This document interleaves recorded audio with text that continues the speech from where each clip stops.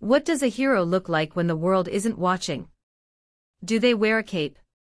A uniform? Do they stand in the spotlight, celebrated and seen? Or do they move through the shadows of our lives, silent and unnoticed, their strength hidden beneath a worn-out hoodie, and the quiet dignity of a job no one ever looks twice at? We build our monuments to the loud, the powerful, the visible. But the truest strength, the most profound courage, is often found in the places we've been taught not to look. It's found in the steady hands that clean the floors of our triumphs, in the tired eyes that see the details we all miss, in the resilient heart of someone the world has already written off. This is a story about what happens when one of those hidden figures is pushed into the light, not by choice, but by fire.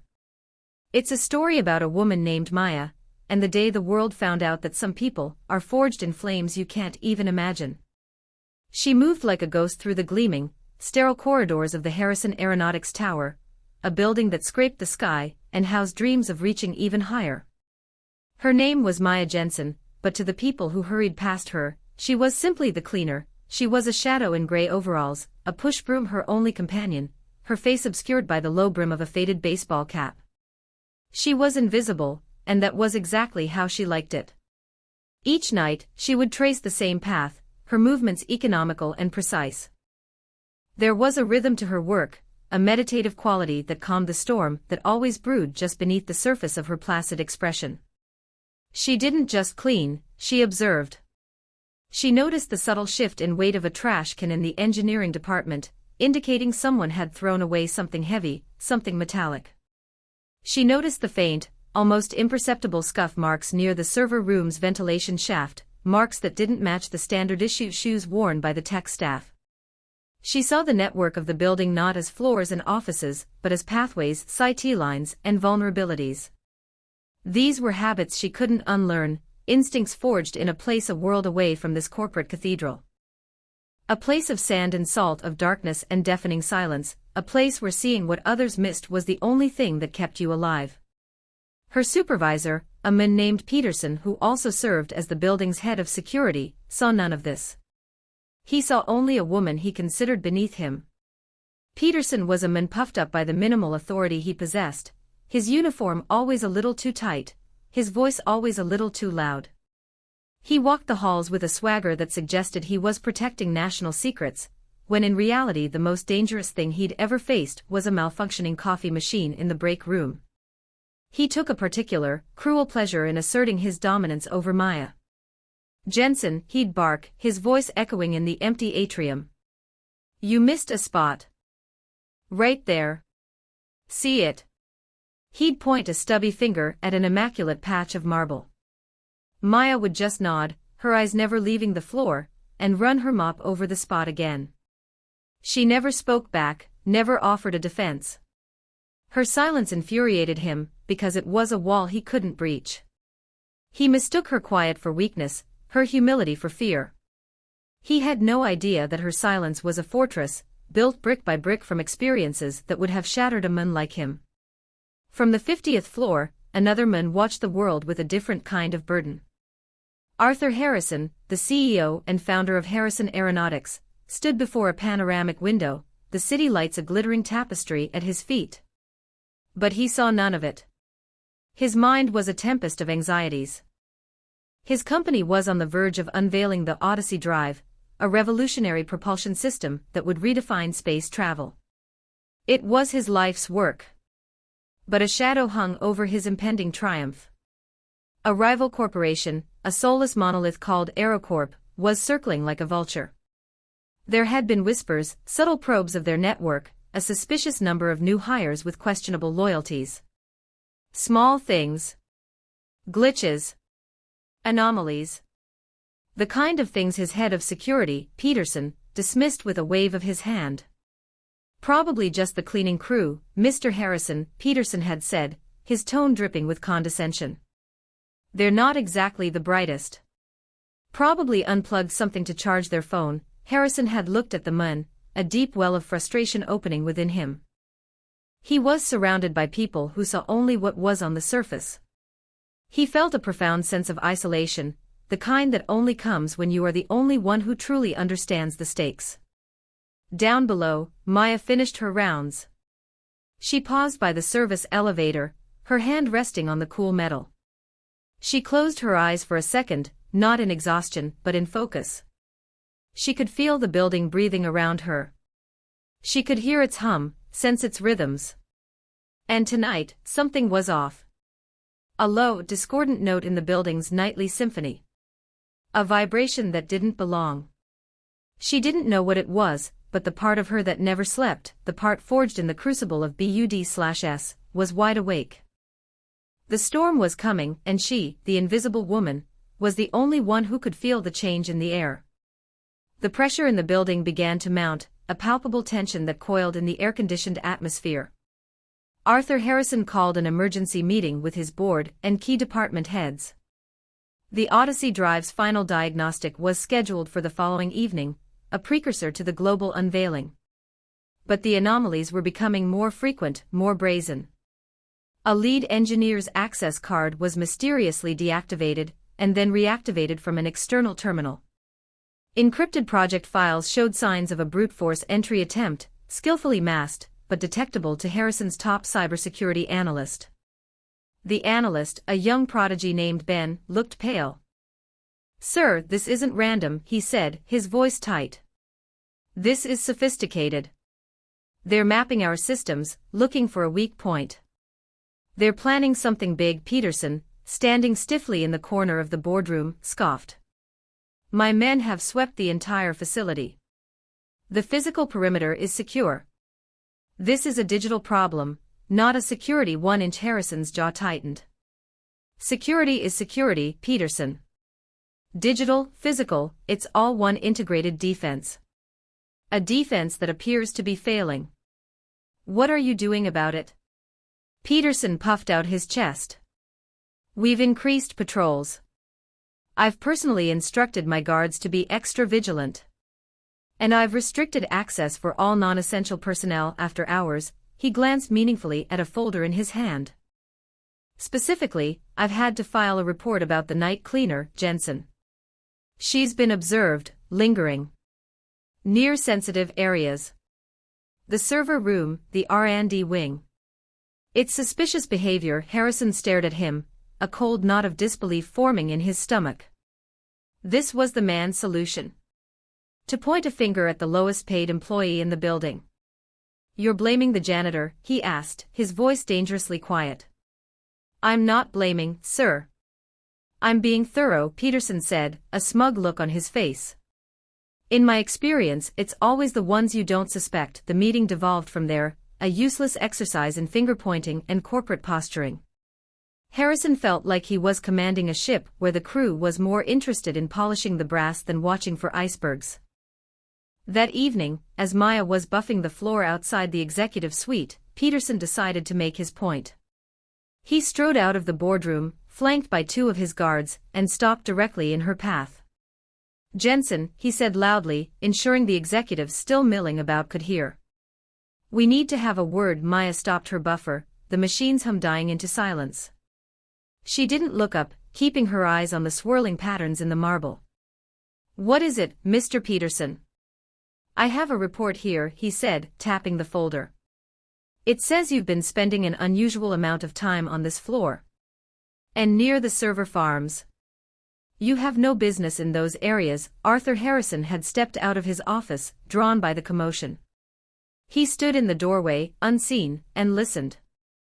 "My route covers the entire building," Maya said, her voice even and low. "I clean where I'm assigned." "Your assignment is to clean the floors, not to conduct surveillance," Peterson snapped. "Empty your pockets." It was a deliberate act of humiliation. A power play. The two guards shifted uncomfortably. Maya slowly straightened up. For the first time, she lifted her head and looked directly at Peterson. Her eyes were calm, but there was an intensity in them that made him instinctively take a half step back. They were the eyes of someone who had seen true conflict, and this pathetic display barely registered. Without a word, she turned her pockets inside out. A set of keys. A worn leather wallet. A small, multi-tool. A tube of lip balm. Nothing. Satisfied, she asked, her voice devoid of emotion. Peterson was flustered by her composure. He had expected fear, tears, or anger. He got none of it. For now, he sneered. But I'm watching you. One wrong move, and you're out of here. He turned and marched away, his guards trailing in his wake like confused ducklings. Maya calmly put her things back in her pockets, restarted the buffer, and continued her work as if nothing had happened. From his doorway, Harrison watched her. He saw the utter lack of fear. He saw the unshakable dignity. And he saw the way her eyes had briefly swept the room, not in panic, but in a calm, comprehensive assessment of everyone present, including him. Peterson's accusation was absurd, but his own security chief's incompetence was a glaring reality. In that moment, watching the quiet cleaner resume her work, a strange thought crossed Harrison's mind. Who was the real professional in that hallway? The blustering man with the uniform and the title, or the invisible woman with the mop and the eyes that saw everything? The next day, the day of the final diagnostic, the building was electric with a nervous energy. The Odyssey Drive was housed in the Sublevel 5 Research Vault, the most secure location in the tower. To celebrate the culmination of a decade of work, Harrison had planned a company-wide reception in the Grand Atrium that evening. Employees buzzed with excitement, unaware that the celebration was designed as a strategic misdirection, concentrating most of the staff in one place while a skeleton crew finalized the diagnostic below. Maya arrived for her shift as the sun began to set, the city awash in hues of orange and purple. The atrium was already filling up, music playing softly, uniformed caterers arranging trays of hors d'oeuvres. She slipped past the growing crowd, her presence as unobtrusive as a whisper. Her route tonight was different. She had been reassigned by Peterson to the sublevels, a clear punishment designed to keep her away from the executive floors. He thought he was isolating her. He had no idea he was putting her exactly where she needed to be. As she cleaned the cold, concrete corridors of Sublevel 3, the feeling of wrongness from the night before returned, stronger this time. It was a scent, barely there, a faint tang of an industrial solvent that had no business being in the building's ventilation system.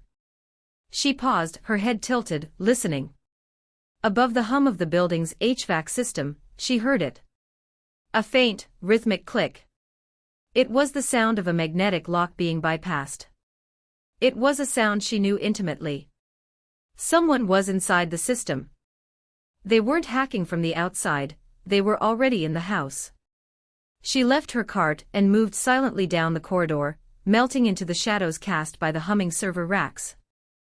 She followed the scent, the sound, her worn rubber-soled shoes making no noise on the polished concrete. The trail led her to a maintenance conduit, the cover slightly ajar. Peeking through the gap, she saw two men, dressed in the gray coveralls of the building's maintenance crew, but they moved with a fluid, disciplined precision that was all wrong. They were attaching a small device to the main fiber optic trunk line. It was a parasitic data siphon, designed to copy the entire data stream from the Odyssey diagnostic in real time. They were professionals. Her mind raced.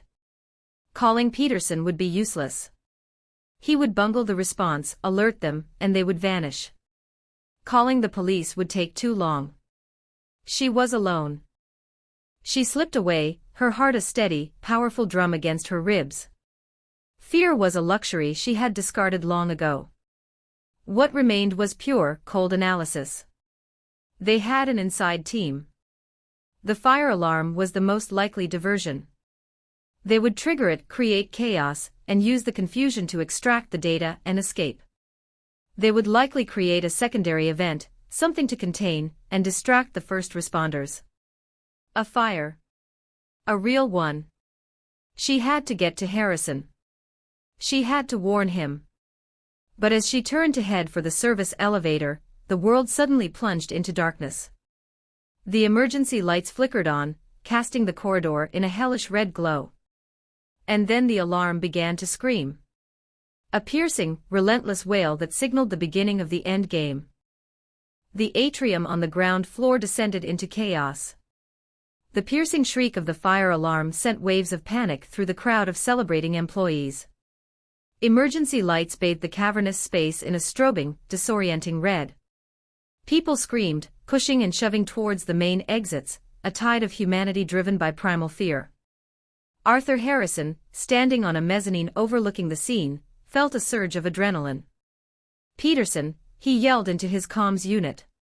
"Report. What's happening?" Peterson's voice came back, strained and breathless. "Fire alarm triggered on sublevel 4, sir. We have smoke. I'm evacuating the atrium now. My team is handling it." But they weren't handling it. Harrison could see Peterson's guards, young men barely out of their teens, looking overwhelmed and lost, shouting contradictory instructions and adding to the confusion. It was a complete breakdown of command. As the last of the employees were herded out, a series of heavy thuds echoed through the atrium. Steel fire doors, thick and unyielding, slammed down over the main entrances and emergency exits, sealing the ground floor. Harrison, Peterson, and a handful of senior executives who had been on the mezzanine were now trapped. Thick, acrid smoke began to pour from the ventilation shafts, not the thin, wispy vapor of a system malfunction, but the heavy, black smoke of a chemical fire. This wasn't a drill. This was an attack. Down in the sublevels, Maya knew exactly what was happening. The darkness, the alarm, the lockdown, it was a classic smash and grab playbook. Create chaos on top, perform the extraction below. The saboteurs she had spotted were likely already at the R&D vault. But the fire.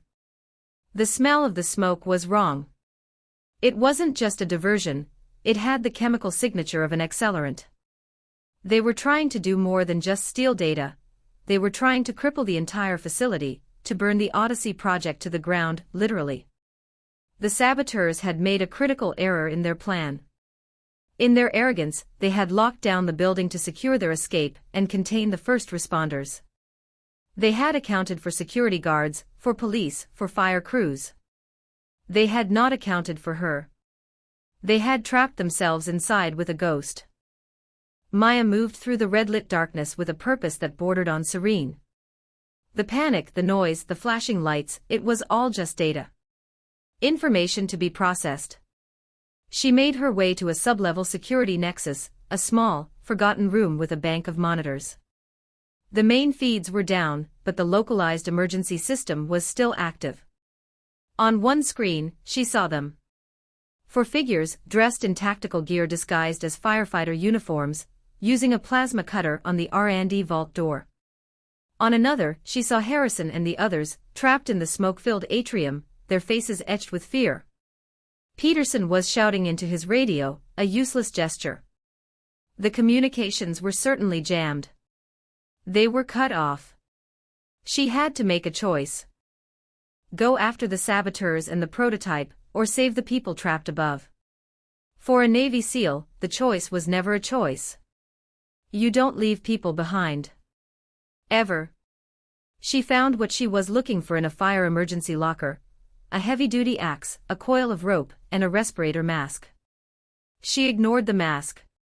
She knew how to control her breathing, how to find the pockets of cleaner air near the floor. The mask would only impede her vision. She began to move upwards, not through the main stairwells, which would be watched, but through the building's forgotten veins, the service ladders, the ventilation shafts, the maintenance crawlspaces. It was a vertical maze she had mapped in her mind over countless nights of quiet observation. Back in the atrium, the situation was becoming dire. The smoke was thickening, stealing the air, and a terrifying heat was beginning to radiate from the west side of the building. Peterson was starting to panic, his bluster evaporating into raw fear. "We're trapped. We're going to die," he wheezed, his face pale. Arthur Harrison, though terrified himself, fought to maintain his composure. He was trying to find a weak point in the fire doors, a way to pry them open, but they were solid steel. Hope was beginning to fade, replaced by a grim resignation. Suddenly, a loud metallic clang echoed from a high wall near the ceiling. All eyes shot upwards. A ventilation grate, 20 feet up, was kicked outwards, tumbling down to the marble floor with a crash. A figure emerged from the black rectangle, silhouetted against the red emergency lights. It was Maya. She moved with an impossible grace, using the decorative architectural beams as handholds, and dropped the last 10 feet to the floor, landing in a silent, practiced crouch. She rose, the fire axe held loosely in one hand. The room fell silent, the only sounds the crackle of the distant fire, and the ragged breathing of the trapped executives. They stared at the cleaner, this invisible woman, now appearing as if from nowhere, an angel of deliverance in gray overalls. Peterson was the first to speak, his voice a mixture of disbelief and his usual arrogance. "Jensen. What the hell do you think you're doing? You'll get us all killed." Maya ignored him. Her eyes, clear and focused, scanned the room, assessing the fire, the smoke patterns, the state of the people. She looked directly at Arthur Harrison. Her voice cut through the tension, calm, steady, and filled with an authority that no one had ever heard from her before. "Mr. Harrison. The smoke is toxic. We need to get low. The fire is spreading from the west wing, they used an accelerant. The primary exits are sealed, but there's a service conduit behind the north wall. It will lead us to the old storm drain system. It will be our way out." Harrison stared at her, stunned. How could she know any of this? How could this quiet, unassuming woman speak with the certainty of a seasoned commander? Who are you?" he managed to ask. Maya took a step forward, her gaze unwavering. "Right now, I'm the person who's getting you out of here alive. You can either follow me, or you can stay here with him." She jerked her head towards the panicking Peterson. "The choice is yours. We have about 8 minutes before this room becomes unsurvivable." The fire raged, a hungry beast consuming the west wing of the Harrison Aeronautics Tower. Inside the sealed atrium, Maya's words hung in the thick, smoky air, a lifeline thrown into a sea of despair.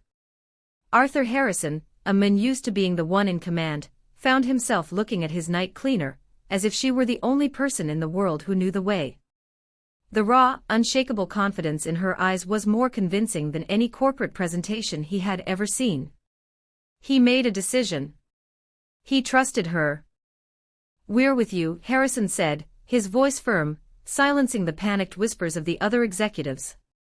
He turned to the group. "Everyone, do exactly as she says. Get low and stay quiet." Peterson, however, couldn't accept the sudden shift in power. His world had been turned upside down.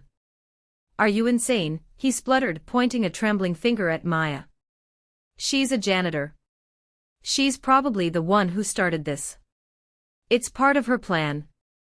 Maya didn't even grant him a look. Her focus was absolute. "The conduit is behind that decorative panel," she said to Harrison, pointing with the axe. "It's a relic from the original construction. It's not on any modern blueprints, but it's there. I need to breach the wall." Without waiting for another word, she moved to the wall, her steps measured and sure. She tapped the marble panel with the handle of the axe, listening to the sound. Thud. Thud. Thunk. A hollow echo. "Here," she stated. She hefted the axe. The first swing was a blur of motion, landing with a deafening crack that shattered the marble facade. The second and third blows were just as precise, splintering the drywall and plaster behind it. Shards flew, but she was in complete control, her movements economical, powerful, and devastatingly effective. Within a minute, a dark, gaping hole revealed a dusty, forgotten passageway. A gust of cooler, less smoky air wafted out. Hope, real and tangible, filled the room. "Let's go," Maya commanded. "Single file. Stay close." She helped the first executive through the opening, and then turned to Harrison. As he moved to enter, a figure stumbled out of the smoke near them. It was one of the saboteurs, dressed in firefighter gear, likely sent to confirm the fire was spreading as planned. He saw the hole in the wall, the escaping executives, and his eyes widened in surprise behind his face shield. He raised a sidearm, its silhouette menacing in the red glow. Before he could even aim, Maya moved. She was a phantom. She closed the distance in a heartbeat, her hand shooting out to grip his weapon, twisting it with brutal efficiency. A snap of bone echoed in the atrium. The man cried out as the gun clattered to the floor. Her other hand struck his throat in a precise, disabling blow. The saboteur collapsed, gasping and incapacitated. It was over in less than 2 seconds. A display of violent, controlled grace that left everyone, especially Harrison, speechless. Peterson, who had watched the entire thing with wide, terrified eyes, finally broke. He scrambled through the opening in the wall, shoving another executive out of the way in his cowardice. Maya paid him no mind. She picked up the saboteur's radio.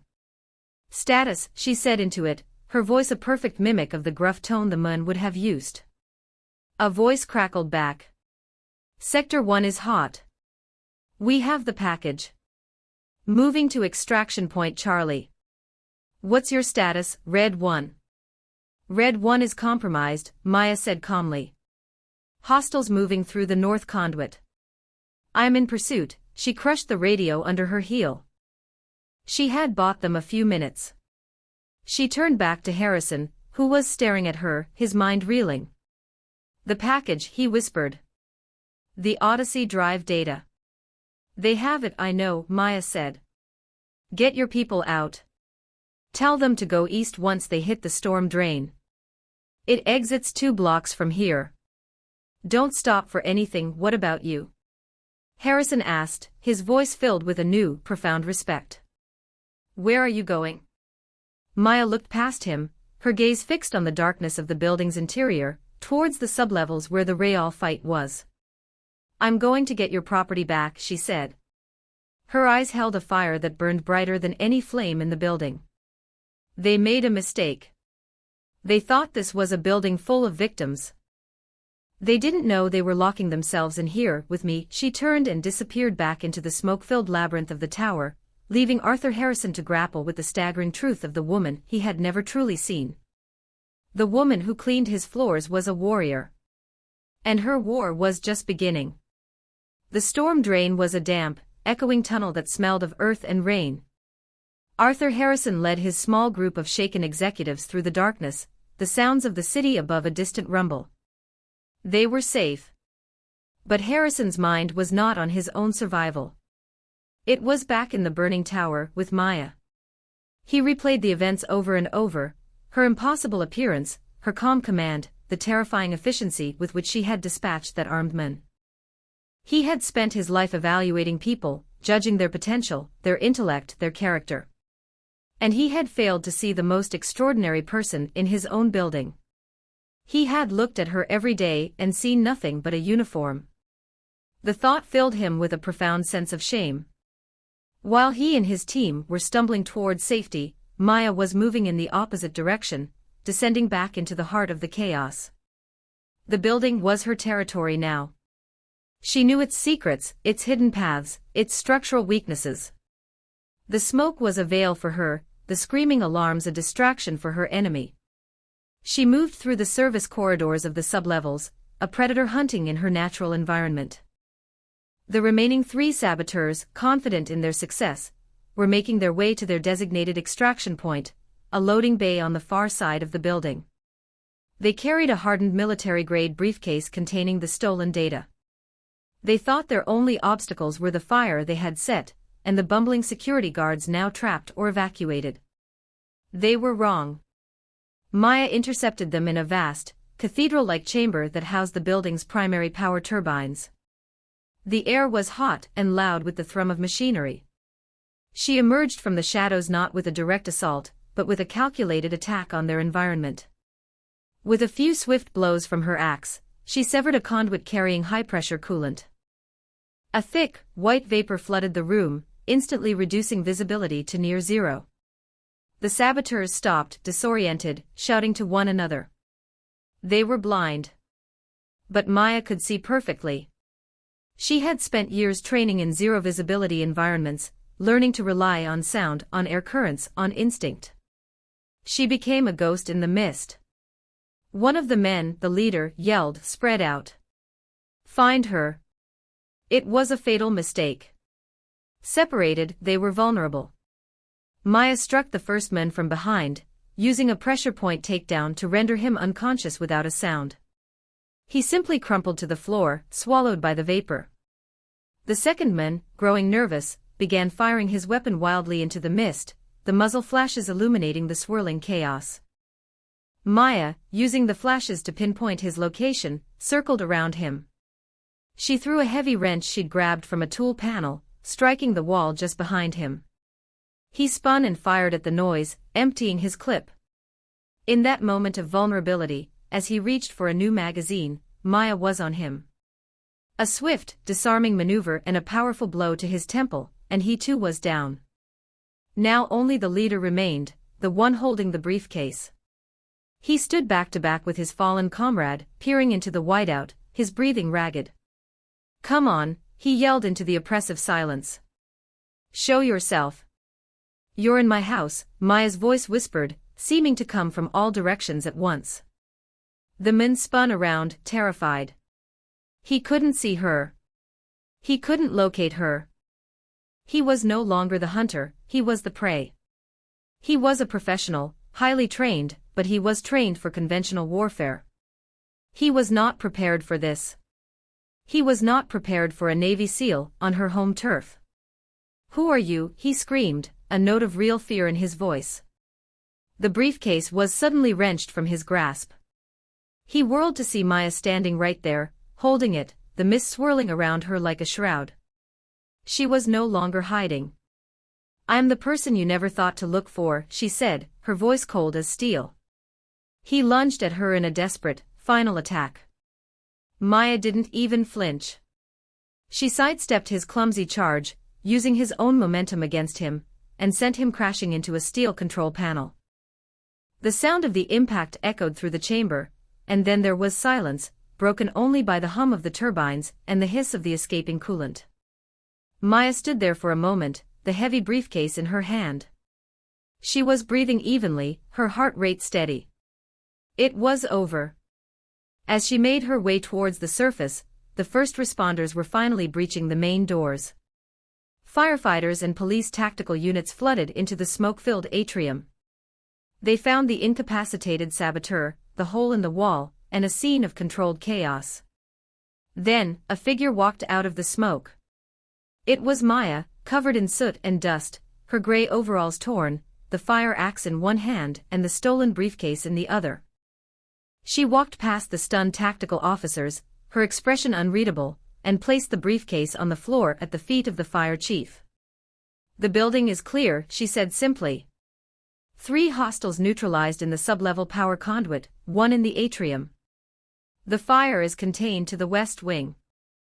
The asset is secure." The chief stared at her, then at the briefcase, then back at her. "And who are you?" he asked, bewildered. Just then, Arthur Harrison ran back into the building, pushing past the police line. He saw Maya and his face flooded with relief. He ran to her side. Before she could answer the chief, Harrison spoke, his voice filled with an awe and reverence that commanded the attention of everyone in the room. "This is Maya Jensen," he said, putting a hand on her shoulder. "She's my new head of security." The aftermath was a whirlwind of activity. Police and federal agents swarmed the Harrison Aeronautics Tower, piecing together the events of the night. The captured saboteurs, employees of the rival corporation AeroCorp, quickly confessed, their professional bravado shattered. The story that emerged was one of immense courage and skill, a story that seemed almost unbelievable. The tale of the lone janitor, who had single-handedly saved a billion-dollar project, and a dozen lives became the stuff of instant legend among the first responders. Peterson was found cowering in the storm drain, where he was promptly fired by Harrison via a text message. His career, built on bluster and bullying, was over. In Harrison's pristine, undamaged office, sunlight streamed through the windows, illuminating the dust motes dancing in the air. Maya stood before his desk, not in her familiar gray overalls, but in simple, clean clothes. She looked uncomfortable, out of place in the spotlight of his attention. "I don't understand," Harrison said, leaning forward, his eyes searching hers for answers. "All this time, your skills, your training, why were you working here? As a cleaner?" Maya looked out the window at the city below. For the first time, she allowed a flicker of her past to show in her eyes. I left the teams after a mission went wrong, she said, her voice quiet. We lost people. Good people. I lost a part of myself. I came back and the world felt too loud, too complicated. I just wanted a quiet job. Something simple. A place where no one would see me. Where I didn't have to be in charge of anyone's life. You wanted to be invisible, Harrison finished for her, understanding dawning in his eyes. Yes, she nodded. But last night, Harrison continued, his voice thick with emotion, you weren't invisible. You were the most visible person in this entire city. You reminded me of something I had forgotten. That titles and uniforms and corner offices, they're just costumes. They don't define a person's worth. He stood up and walked around the desk to stand in front of her. I meant what I said. The head of security position is yours. Not just because of what you did, but because of who you are. I don't want a security chief who just follows a manual. I want someone with character. Someone who sees things other people miss. I want you to build a team, to protect this company, to protect my people. Your way. Maya was silent for a long moment. The offer was everything she had run away from, responsibility, leadership, visibility. But something had changed in the fire. The part of her she thought was dead, the protector, the warrior, had reawakened. She had not felt fear but purpose. She had not felt burdened but alive. She looked at Harrison, a man who had finally seen her for who she was, and she saw a chance not to go back to who she was, but to become someone new, someone who integrated all the parts of herself. Okay, Mr. Harrison, she said, a small, determined smile touching her lips for the first time. I accept. Her journey from the shadows was complete. She had been tested by fire, and she had not burned. She had emerged stronger, reborn not as a ghost of her past, but as the guardian of her future. She was no longer invisible. She was seen. And she was ready. So I ask you again, what does a hero look like? Maybe they look like the person you pass in the hallway every day. The one who quietly does the work no one else wants, the one whose name you might not even know. True strength isn't about the position you hold, it's about the character you reveal when everything is on the line. The world is full of hidden heroes, people with extraordinary courage and untapped potential, waiting for a chance to be seen. Look around you. Who are the invisible people in your life? What incredible strength might they be hiding? Remind them that you see them. Remind them of the fire they carry within.